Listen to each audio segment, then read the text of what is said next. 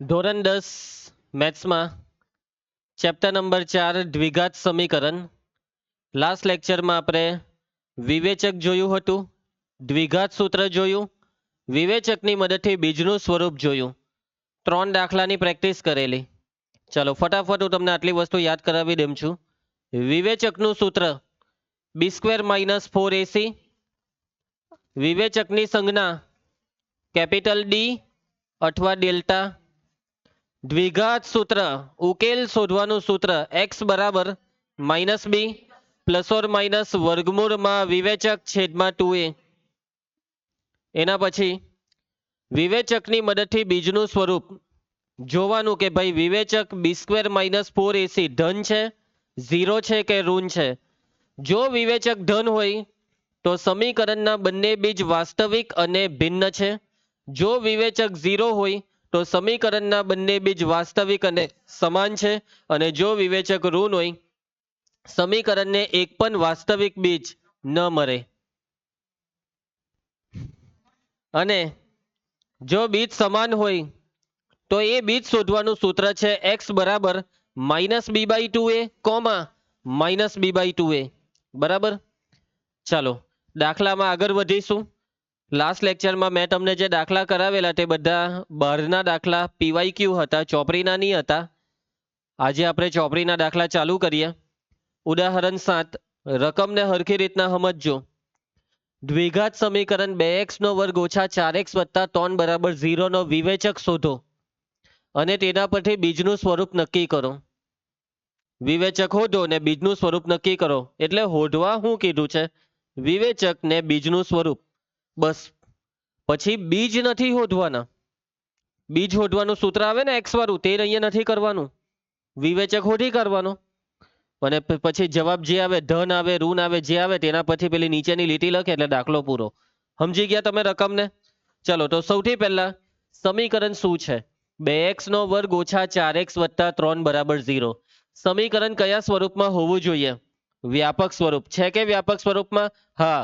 a b c, a બરાબર 2, b બરાબર -4, c બરાબર 3. હવે આપણે શોધીશું વિવેચક.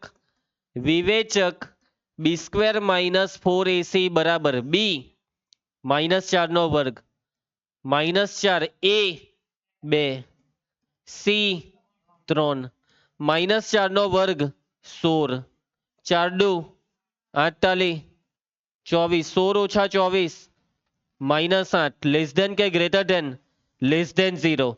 અને જો વિવેચક ઋણ આવે તો સ્વરૂપ શું આવે? માટે સમીકરણને એક પણ વાસ્તવિક બીજ ન મળે. પટી ગયો દાખલો. કોને નિયમ જ પડી? પૈટું. હવે વિવેચક ધન આવે કે ઋણ આવે, અહીંયા દાખલો પટી ગયો કહેવાય. કેમ કે એ લોકોએ બીજ શોધવા નથી કીધા. માની લેવો કે આ દાખલામાં બીજ શોધવા કહેતે તો બી નહીં શોધાતે, કેમ કે વિવેચક ઋણ આવ્યો અને વિવેચક ઋણ આવે એટલે દાખલો ત્યાં પટી જ જાય. આગળ વધીએ. ઉદાહરણ 8 વ્યવહારુ દાખલો છે. બેઝિક મેથ્સ વાળા 4 માર્કમાં વ્યવહારુ દાખલો આવે છે અને આ દાખલો થોડોક એડવાન્સ લેવલનો વ્યવહારુ દાખલો છે. બરાબર ધ્યાન આપજો આ દાખલામાં. 13 મીટર વ્યાસવાળા એક વર્તુળાકાર બગીચાની સીમા પરના એક બિંદુએ એક થાંભલો એવી રીતના લગાડેલ છે કે જેથી આ બગીચાના એક વ્યાસના બંને અંત્ય બિંદુઓ A અને B આગળ બનેલ ફાટકથી થાંભલાના અંતરનો તફાવત 7 મીટર હોય. શું આ શક્ય છે?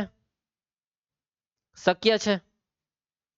જો હા તો બંને ફાટકથી કેટલે દૂર થાંભલો લગાવવો જોઈએ? ફાટક એટલે ટ્રેન ક્રોસ, રેલવે પર જે ફાટક હોય તેની. અહીંયા બગીચાની ફાટક એટલે બગીચાનો દરવાજો. બગીચાની અંદર જવું હોય તો દરવાજો, એને કહેવાય ફાટક. પાછી આ તો એમ સમજે કે ભુવનેશ્વરી પર ગયા રો ફાટક આવી ટ્રેનની, ત્યાંથી કઈ ઉચકીને કઈ ફાટક નહીં લગાવે કઈ ના. બરાબર છે. ચાલો, તું કોઈ દિવસ ભુવનેશ્વરી ગયો છે? ઓકે, હાઈસ ગયેલો છે. હા છો છો, એને બધું 4 રસ્તે જ દેખાય. તો 13 મીટર વ્યાસ વાળું વર્તુળ, વર્તુળાકાર બગીચો વર્તુળાકાર બગીચો. એ બગ્ગા ધ્યાન આપ.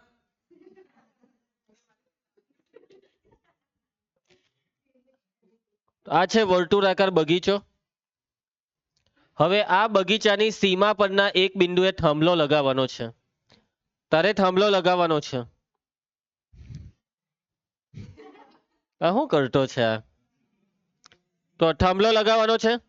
હવે થાંભલો બગીચાની સીમા પર એટલે સમજ્યા ને, બાઉન્ડ્રી પર. હવે કેવી રીતના લગાવવાનો છે તે સમજો. હવે બગીચાના એક વ્યાસ દોરી દઉં પહેલા તો. આ છે કેન્દ્ર અને હવે હું બગીચામાં વ્યાસ દોરું છું. તો આ દોરી દીધો બગીચાનો વ્યાસ. હવે રકમ એમ કહે છે કે વ્યાસના, વાંચજો રકમને, વ્યાસના બંને અંત્ય બિંદુ એ અને બી, વ્યાસના અંત્ય બિંદુ કીધા છે એ અને બી. એ અને બી આગળ બનેલ ફાટક, એ અને બી આગળ ફાટક છે. એટલે કે એ અને બી એ આવવા જવાનો રસ્તો છે બગીચામાં. બે દરવાજા છે બગીચામાં. ફાટકથી થાંભલાના અંતરનો તફાવત 7 મીટર. તફાવત ધન બાદબાકી, તફાવત ધન બાદબાકી, તફાવત ધન બાદબાકી. તો એ અને બી આગળ જે દરવાજા છે એટલે કે એ અને બી આગળથી થાંભલાના અંતરનો તફાવત 7 મીટર થવો જોઈએ. એટલે થાંભલો તમારે એવી રીતના લગાવવાનો કે થાંભલાનું બિંદુ એ થી અંતર અને થાંભલાનું બિંદુ પી થી અંતર, આ અંતરની બાદબાકી 7 આવી જોઈએ અને આ બાદબાકી ધન આવી જોઈએ. અને બાદબાકી ધન ક્યારે આવે? કે જ્યારે મોટામાંથી નાનું બાદ થાય. એટલે મોટું કોણ હોવું જોઈએ? તો કે ભાઈ થાંભલો છે પી, થાંભલાનું નામ નથી આપ્યું ને, થાંભલાનું નામ છે પી. થાંભલા પી નું ફાટક એ થી અંતર વધારે હોવું જોઈએ અને થાંભલા પી નું ફાટક બી થી અંતર ઓછું હોવું જોઈએ. હવે હું થાંભલો લગાવું છું બગીચાની સીમા પર. હવે આ સીમા પર, આખી સીમા પર જ્યાં લગાવાય ત્યાં લગાવાય. તો આપણે અહીંયા લગાવી દઈએ તો ચાલે થાંભલો? તો અંતર હરખા થઈ ગયા જોવો. એટલે આ સાઈડ લગાવી દઈએ હવે તો ચાલે. અહીંયા થાંભલો લગાવી દઈએ પી, ના, આ એપી નાનું થઈ ગયું ને પીબી મોટું. ભાઈ બાદબાકી ધન ક્યારે આવે? કે જ્યારે બિંદુ પી એ થી વધારે દૂર હોય. એટલે હવે ફાઇનલી થાંભલો અહીંયા લાગવો જોઈએ. તો થાંભલો લગાવી દીધો છે હિમાંશુ. હવે બિંદુ એ ને પી સાથે જોડી દીધું એટલે થાંભલાનું પહેલું ફાટકથી અંતર અને આ બિંદુ બી ને પી સાથે જોડ્યું એટલે થાંભલાનું બીજી ફાટકથી અંતર. અંતરનો તફાવત એટલે આ બેની બાદબાકી છે 7. કેટલી છે આ બાદબાકી? 7. શું આપણે આ જે બધી વસ્તુ કરીએ છીએ તે શું શક્ય છે? શું ખરેખરમાં આવી રીતના થાંભલો લગાવી શકાય? શું એવી આખા બગીચાની બાઉન્ડ્રી પર શું ખરેખરમાં એવું બિંદુ શોધવું શક્ય છે કે જે બિંદુનું બેઉ ફાટકથી બાદબાકી 7 આવી શકે? તો તમે આ સવાલનો જવાબ કેવી રીતના લાવશો? હા કે ના? તો જ્યારે પણ કોઈ દાખલામાં સવાલમાં લખેલું હોય ને શક્ય છે, શું લખેલું હોય? શું આ શક્ય છે? શક્ય છે. જો કોઈ દાખલામાં શક્ય શબ્દ આવ્યો ને એટલે એ દાખલાનો ઈશારો છે વિવેચક. આ દાખલો ઈશારો કરે છે વિવેચકનો. આ દાખલો ઈશારો કરે છે દ્વિઘાત સૂત્રનો. તમારે આ દાખલામાં સમીકરણને ઉકેલવા ફરજિયાત દ્વિઘાત સૂત્રની રીત કરવાની છે. ફરજિયાત વિવેચક શોધવાનો છે. કેમ? દ્વિઘાત સમીકરણને ઉકેલવાની બે રીત આવે. અવયવીકરણ આ દાખલામાં કેમ નહીં થાય? કેમ કે આ દાખલામાં સવાલ શું છે? શક્ય છે. અને શક્ય છે નો જવાબ આપવાની શક્તિ કોની પાસે છે? વિવેચક પાસે. જો વિવેચકનો જવાબ ધન આવે તો જવાબ છે હા શક્ય છે. કેમ કે જો વિવેચકનો જવાબ ધન આવે ને તો સમીકરણને વાસ્તવિક બીજ મળે. જો વિવેચકનો જવાબ 0 આવે ને તો એનો મતલબ કે હા થાંભલો લગાવવું શક્ય છે. કેમ? જવાબ 0 આવે તો કેમ શક્ય છે? કેમ કે બીજ વાસ્તવિક છે. પણ જો વિવેચકનો જવાબ ઋણ આવે ને તો એનો મતલબ વાસ્તવિક બીજ નથી. અને બીજ નથી તો અહીંયા જે પણ કારીગરી કરવાનો આ વિચારે છે તે શક્ય નથી. બરાબર છે? ક્લિયર એકદમ?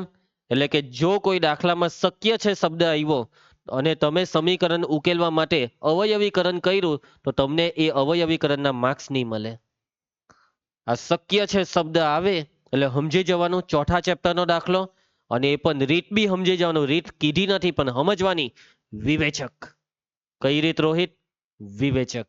તો ચાલો, તો વ્યાસ કેટલો છે? કેટલો છે વ્યાસ? 13 મીટર. વ્યાસ આપેલો છે 13 મીટર. અહીં વ્યાસ એ બી બરાબર કેટલો? 13 મીટર. બિંદુ પી પર શું છે? શું છે બિંદુ પી પર? થાંભલો. હવે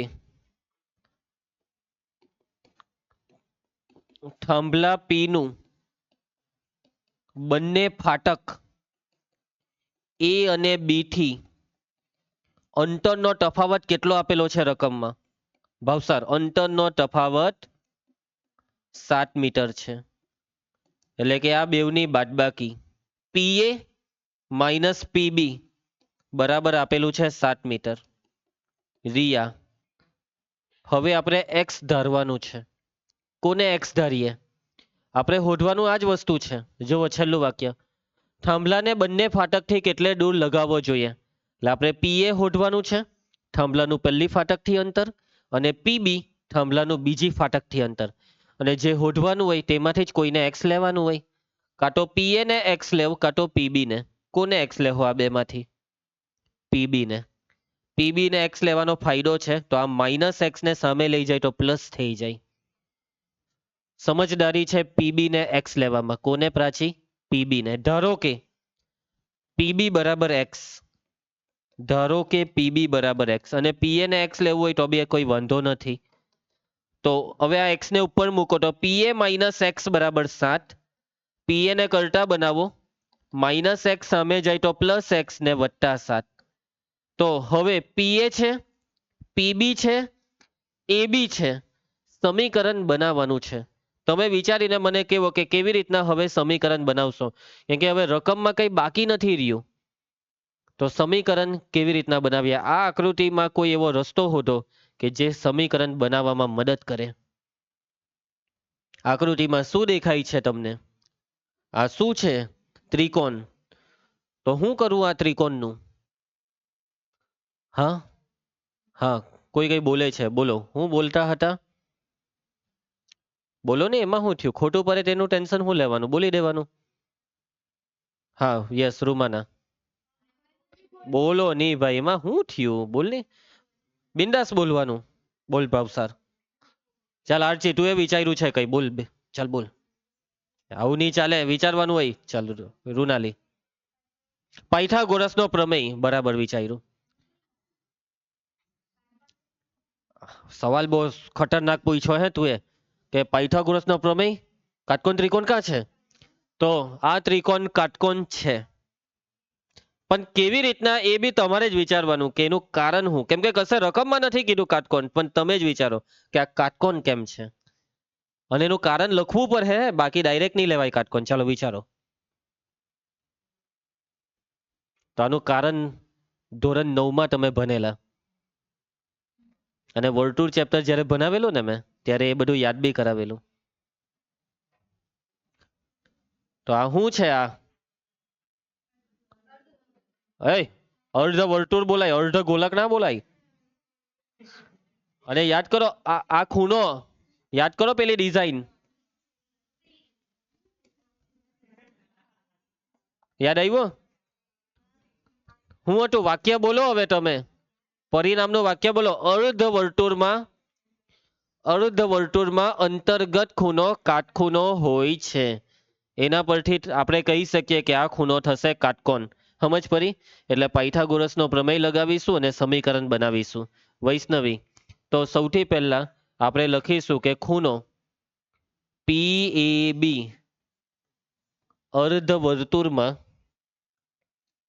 અર્ધવર્તુળમાં શું છે? અંતર્ગત છે. મનીષ, અર્ધવર્તુળમાં અંતર્ગત છે એનો મતલબ ખૂણો PAB બરાબર કેટલો? 90 ડિગ્રી. કોને નહીં સમજ પડી આમાં? ચાલો આગળ વધીએ. એના પછી હવે પાયથાગોરસનો પ્રમેય લગાવાશે. માટે ત્રિકોણ PAB માં ખૂણો P બરાબર 90 ડિગ્રી. માટે પાયથાગોરસના પ્રમેય પ્રમાણે ચાલો ધ્રુવ, પાયથાગોરસનો પ્રમેય. કર્ણનો વર્ગ. કર્ણ કોણ છે? AB. AB નો વર્ગ બરાબર બાકીની બે બાજુ PA નો વર્ગ વત્તા PB નો વર્ગ. ચાલો કિંમતો મૂકી દઈએ. નિધિ, AB ની કિંમત જોતો કેટલી છે?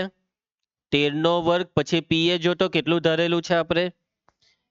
આ રહ્યું x વત્તા 7 અને વિભૂતિ પીબી જોતો કેટલું ધારેલું છે આપણે x. ચાલો સાદુરૂપ બોલજો 13 નો વર્ગ બોલો.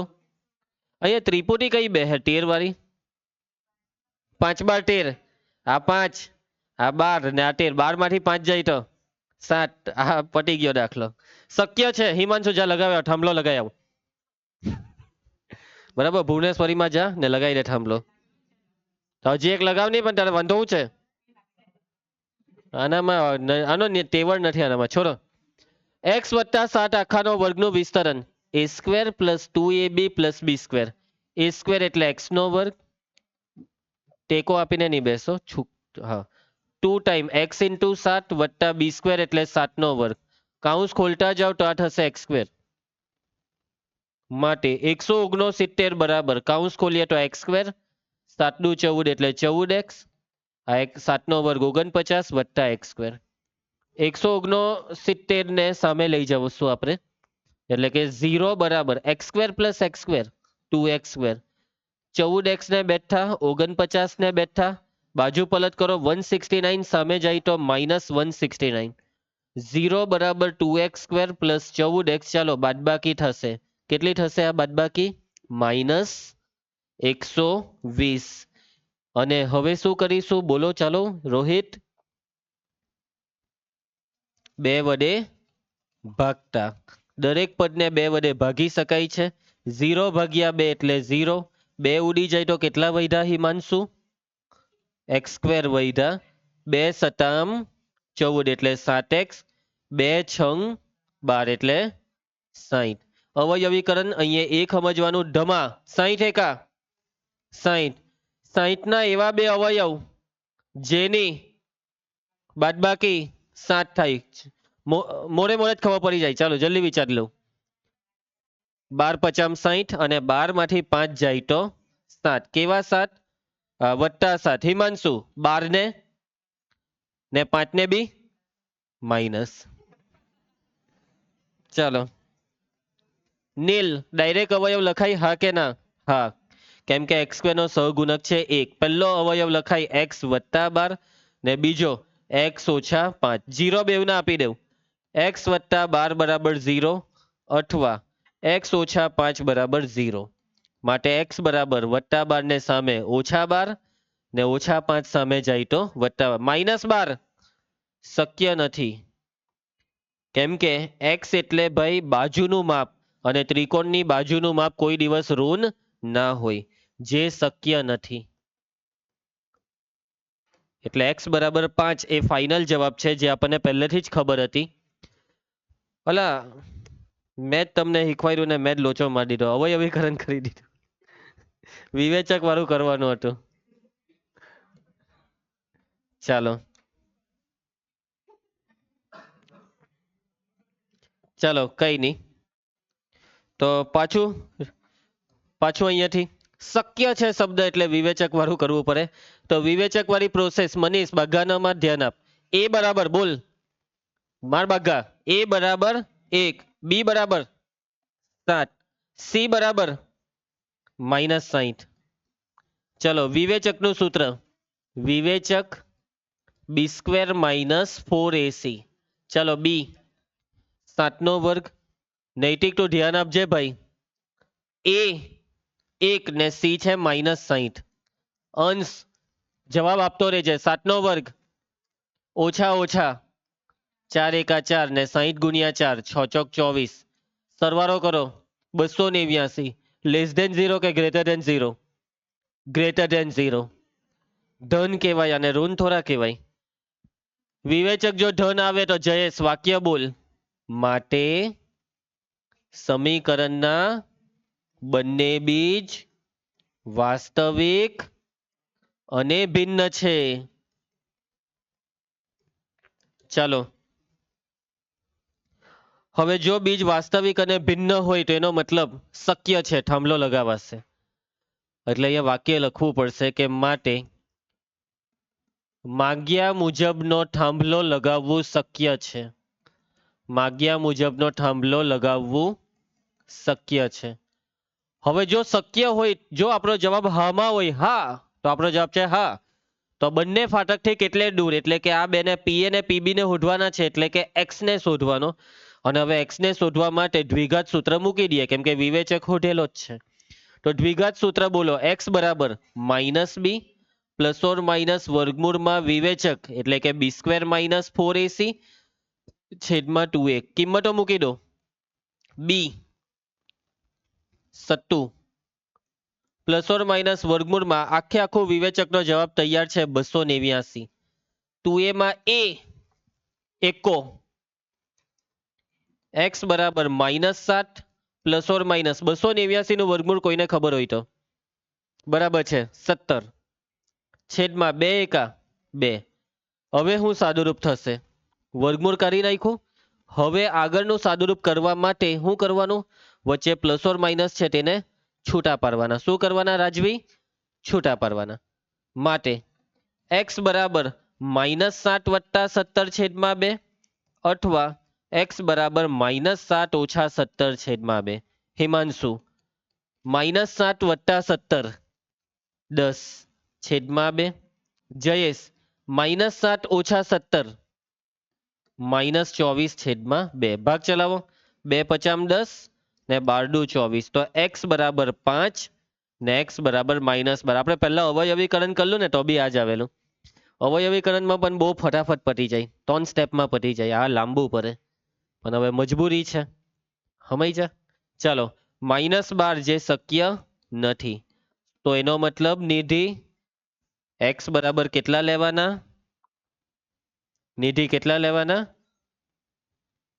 5 બોલની મૌન વ્રતની જેમ કેમ બેઠી હતી અને છેલ્લે આપણને શું શોધવા કીધું છે પીએ ને પીબી આપણે પીબી ને એક્સ લીધેલું છે ને જુઓ હવે પીબી બરાબર એક્સ કેટલા લેવાના છે 5 એટલે 5 મીટર ને પીએ બરાબર કેટલા છે ભાઈ જુઓ તો પીએ બરાબર અહીંયા એક્સ વત્તા 7 એટલે 5 વત્તા 7 કેટલા થાય 5 ને 7 કેટલા થાય 12 મીટર માટે થાંભલાનું ફાટક એ થી અંતર બોલજો ફાટક એ થી અંતર કેટલું આવ્યું હિમાંશુ કેટલું આવ્યું 12 મીટર અને ફાટક બી થી અંતર કેટલું આવ્યું 5 મીટર છે પૈતો દાખલો કોને નિયમ જ પરી હેલો જ દાખલો હતો બસ ખાલી અમુક વસ્તુ સ્ટાર્ટિંગમાં સમજ પડવી જોઈએ પછી તો આ પાયથાગોરસ વાળું કંઈ આપણે પહેલી વાર તો કરતા નથી સ્ટાર્ટિંગ ખાલી આટલી સમજ પડી જાય કોને હું ધરવાનું ને રકમ સમજ પડી જાય પછી થઈ જાય એવો દાખલો તો સમીકરણ બી બહુ સહેલું બન્યું આમાં બાકી અમુકમાં સમીકરણ મઠાવી નાખે હે અમુક દાખલામાં હવે તો બોર્ડની પરીક્ષાના પેપર હેલ્લા નીકળે બાકી એક ટાઈમે તો એવા ખતરનાક પેપર નીકળતા એવા સમીકરણ બને કે પરસેવા છૂટી જતા અવયવ પડવામાં ને પાછા દાખલામાં ઓપ્શન નહીં આવતા રોહિત તું એ નહીં ગઈ નતો તારા માગ ગયા એવા તું જાણે ચાલો ઉદાહરણ 9 કરીશું અંશ ધ્યાન આપજે તો રકમમાં સમીકરણ આપેલું છે વિવેચક શોધો બીજનું સ્વરૂપ નક્કી કરો વાસ્તવિક હોય તો મેળવો વિવેચક બીજનું સ્વરૂપ ને પછી હું કીધું જો તે વાસ્તવિક હોય તો મેળવો એટલે કોણ જો તે એટલે બીજ વાસ્તવિક બીજ હોય તો મેળવો અને બીજ ક્યારે વાસ્તવિક હોય જ્યારે વિવેચક ધન હોય કાં તો 0 હોય જો વિવેચક ઋણ હોય ને તો બીજ વાસ્તવિક ના હોય તમારા મનમાં એમ થશે કે સર આ બીજ વાસ્તવિક નહીં હોય એટલે હું તમે કહો કે સર બીજ વાસ્તવિક નથી એટલે બીજ નથી ના બીજ વાસ્તવિક નથીનો મતલબ એવો નથી કે બીજ નથી બીજ છે પણ વાસ્તવિક નથી હવે વાસ્તવિક નથી તો કેવા છે ખબર કાલ્પનિક હા ને કાલ્પનિક એટલે તે હજી ભણવામાં નથી આવ્યું 11માં આવશે મેથ્સમાં આમાં આવશે કોમર્સમાં સોરી આર્ટ્સમાં નહીં બરાબર છે સાયન્સ લેવું પડે હે તારે એમાં બી મેથ્સ રાખવું પડે તો તને આ બધું શીખવા મળશે જોઈએ હવે એમ કે પોતાની જાત પર વિશ્વાસ જ નથી એને એમ જ છે કે હજી 2 વર્ષ 10માં કરી જ દઈએ અલા ભાઈ કેવો માણસ છે આ પોતાની જાત પર વિશ્વાસ રાખ તું વિચારતો કોમર્સ લેમ કે સાયન્સ લેમ એવું વિચારતો છે ભાઈ જે બી ફેલ થાય ને તેને આપણા બારડોલીમાં કોઈ સ્કૂલમાં સાયન્સમાં એડમિશન આપતા જ નથી એટલે ફેલ થઈને પાસ થાય તેવાને ચાલો પણ કઈ નહીં, જો તારે એડમિશન જોઈતો હોય સાયન્સ માટે હું તને અપાવા, તું ખાલી એક વખત મને કહેજે, પણ મેથ્સ લેવું પડે. ચાલો અહીં ઓમ ભાવ સમીકરણ શું છે? 3x નો વર્ગ ઓછા 2x વત્તા 1/3. જો ભાઈ આપણી પહેલેથી એક આદત છે, અપૂર્ણાંક આવે એટલે આપણે સાદુરૂપ આપી દેવાનું, એ પણ સરખા બેસીને. બરાબર છે, તો ચાલો કઈ નહીં, ચાલો ક્રોસ ગુણાકાર કરી દો. અપૂર્ણાંક છે, ક્રોસ ગુણાકાર કરી દો. હિમાંશુ 3 ને 3 3 ટાલી 9, 9x નો વર્ગ ઓછા 3 દુ 6x વત્તા 1 છેદમાં 3 બરાબર 0. પ્રાચી 3 ને શું કરીએ? બાજુ પલટ. 9x નો વર્ગ ઓછા 6x વત્તા 1 બરાબર 3 ગુણ્યા 0 0. આ સમીકરણને છે ને જોઈને ખબર પડી જવી જોઈએ, આ પૂર્ણ વર્ગ છે. આવું તમને ઓળખતા આવડે કે નહીં? પૂર્ણ વર્ગ એમ, આ પૂર્ણ વર્ગ છે, આ 3x નો વર્ગ છે, આ 1 નો વર્ગ છે, ના મધ્યમ પદ -2ab, આ 3x ને આ 1, 3 દુ 6 થયા ને. એવું બધું એ કરવાનું નથી. ચાલો એના પછી a બરાબર 9, b બરાબર 6, c બરાબર 1. અલા પેલો પાછળ બેઠેલો છે, છોરો. વિવેચક સૂત્ર b² - 4ac, b -6 નો વર્ગ -4, a 9, c 1 -6 નો વર્ગ 36, 4 નવામ 36, 36 માંથી 36 જાય તો પિલ્લાઈ જાય, એમ નહીં કહેતો 0.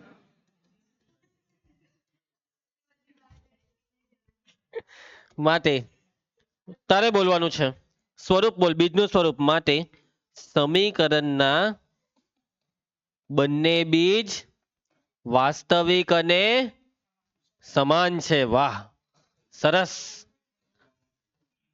કોની મદદથી? જયલા તું એ મદદ કરલી? નહીં આવડી? આવડી ગયેલી, આવડી ગયેલી એને. હવે નૈતિક, જો બીજ વાસ્તવિક હોય તો એને શોધવાના છે. વાસ્તવિક બીજ હોય તો શું કરવાના છે? શોધવાના. અને વિવેચક 0 આવ્યો ને તો x નું કયું સૂત્ર? x બરાબર -b/2a -b/2a. જો વિવેચક 0 આવે તો આ સૂત્રથી દાખલો આગળ વધે. b બરાબર છે -6, 2a માં a કેટલા છે? 9 છે. આજ બેઠું પાછું કોપી મારી દેવાનું. ચાલો ભાગ ચલાવો ને. 2 ટાલી 6, 3 ટાલી 9, ઉપર કઈ નહીં વધ્યા એટલે 1, સેમ અહીંયા બી 2 ટાલી 6, 3 ટાલી 9. x બરાબર કેટલા આવ્યા? ઓમ ઓમ ઓછા ઓછા કેટલા રહી ગયા તે બોલ? 1/3, તો હા એ જ આવે 1/3 પૈતું. માટે 1/3 અને 1/3 એ આપેલ સમીકરણના બીજ છે અથવા ઉકેલ છે. બે માંથી કોઈ એક શબ્દ લખવાનો. આપેલ સમીકરણના બીજ છે. પૈતો દાખલો. કોને નહીં સમજ પડી? કોઈને કઈ તકલીફ? ખ્યાલ આવી જશે દાખલામાં? ચાલો હવે સ્વાધ્યાય ઉદાહરણ પૂરા. સ્વાધ્યાય હવે આપણે નેક્સ્ટ લેક્ચરમાં રાખીશું. બરાબર છે? ઓલમોસ્ટ આ ચેપ્ટર પતી ગયા. બરાબર છે? ચાલો નેક્સ્ટ લેક્ચરમાં મળીશું.